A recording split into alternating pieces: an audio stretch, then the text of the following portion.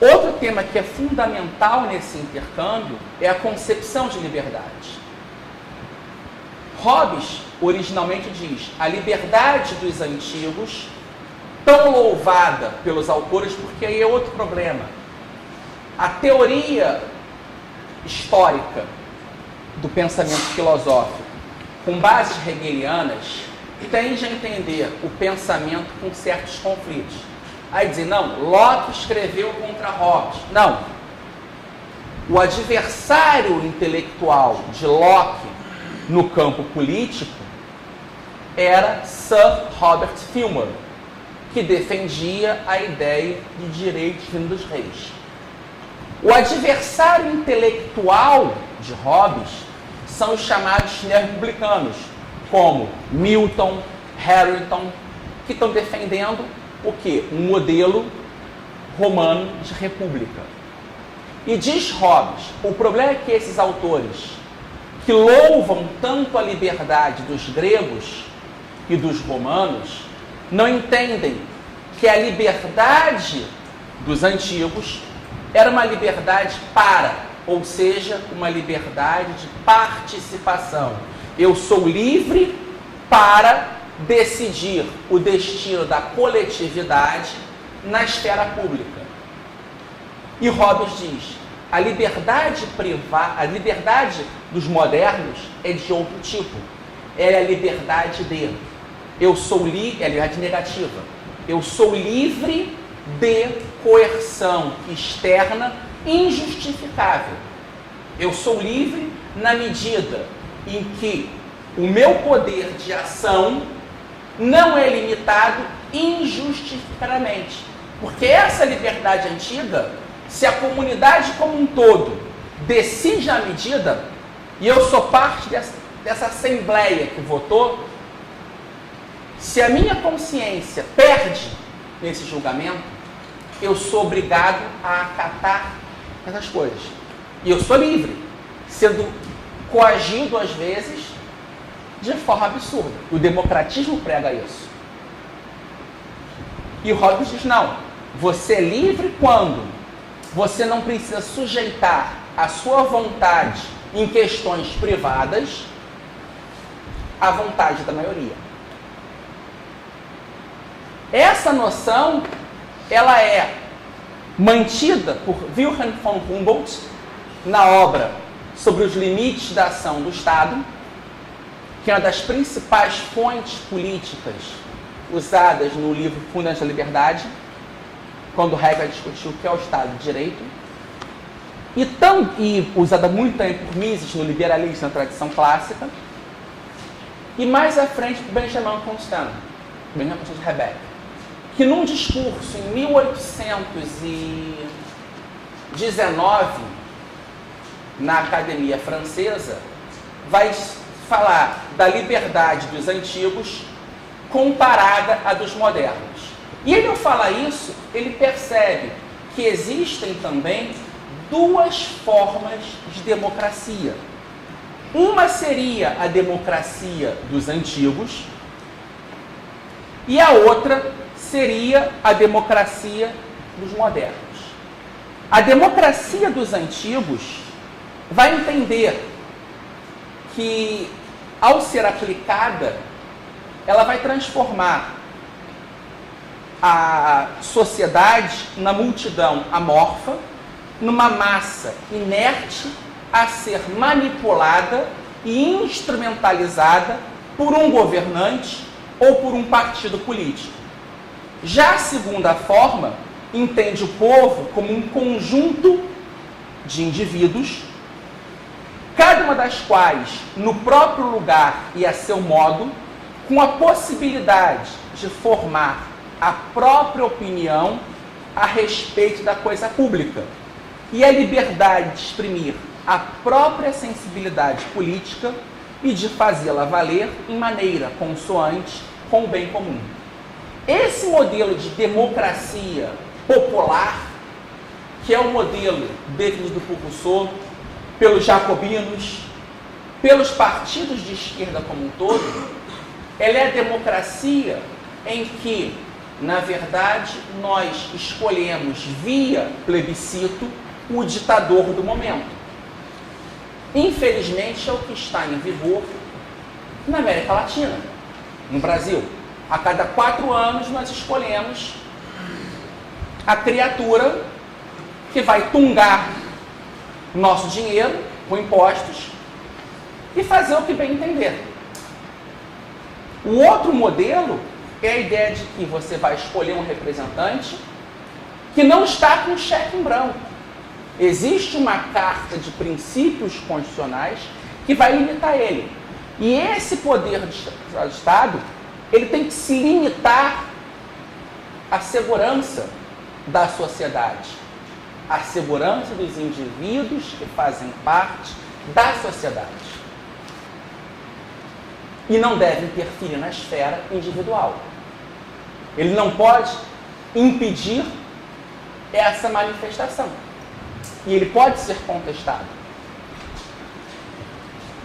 Na realidade, esse modelo de democracia anglo-saxã, democracia moderna, também conhecida como democracia liberal ou democracia representativa, submete à vontade dos governantes e dos governados aos princípios do Estado de Direito. Tal forma de governo no plano ético se caracteriza pelo respeito aos direitos individuais básicos, vida, liberdade, propriedade. A lei não pode agir contra esses 3 princípios. No plano jurídico, ela se realiza pela rigorosa delimitação constitucional dos poderes públicos, pela submissão da lei ao princípio de isonomia e pela eficácia da justiça, enquanto no plano administrativo é orientada pela descentralização, pela imparcialidade e pela transparência dos poderes públicos. No livro Constitution of Liberty, Hayek defende que a democracia, acima de tudo, é um processo para a formação da opinião pública, não se limitando apenas ao método de seleção dos governantes. Para Hayek, a democracia se justifica pelos seguintes argumentos. Primeiro, é o único método pacífico e eficiente de mudança política que o homem descobriu até hoje. Segundo, representa, quando submetida aos princípios basilares do Estado de Direito e a aceitação da liberdade econômica, uma valiosa garantia da liberdade individual.